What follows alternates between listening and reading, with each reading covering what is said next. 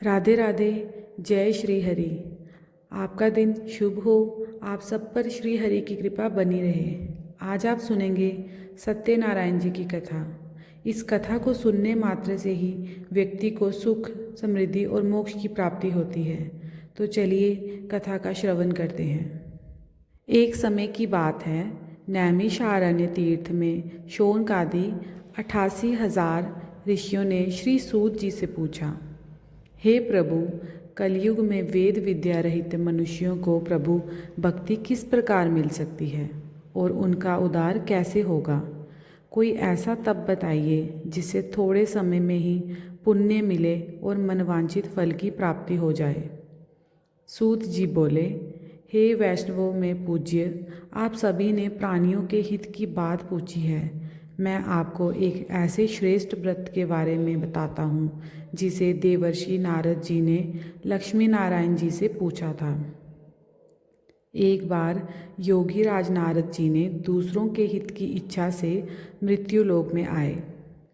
यहाँ उन्होंने देखा कि मनुष्य अपने कर्मों के कारण अनेक दुखों से पीड़ित हैं।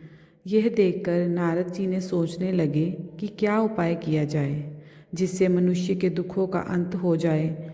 इसी विचार के साथ वे विष्णु लोक गए और वहाँ भगवान नारायण की स्तुति की।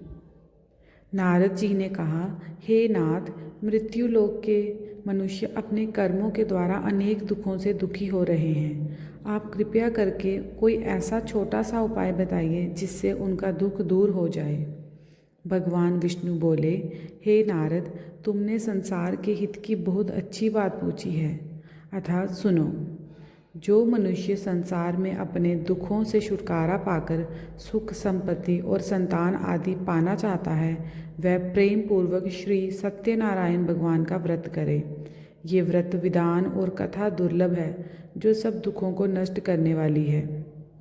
नारद जी ने पूछा, हे प्रभु, इस व्रत को किस विधि से और किस दिन करना चाहिए? इस व्रत को पहले किसने किया है? भगवान बोले, हे नारद, ये व्रत दुख शोक का नाश करने वाला, धन धान्य की वृद्धि करने वाला, सौभाग्य और संतान देने वाला, श्रद्धा और भक्ति से युक्त होकर ब्राह्मणों वादवों के साथ प्रदोष काल यानी कि शाम में भगवान सत्यनारायण का पूजन करें। फल, घी, दूध, गेहूँ या चावल के आटे का सवा मात्र में जैसे 1.25 किलो प्रसाद बनाकर अर्पित करें।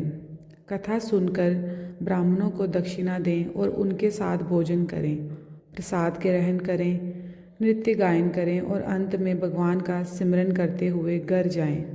इस प्रकार व्रत करने से मनुष्य की सभी इच्छाएं अवश्य पूरी होती हैं। कलयुग में ये सरल उपाय है।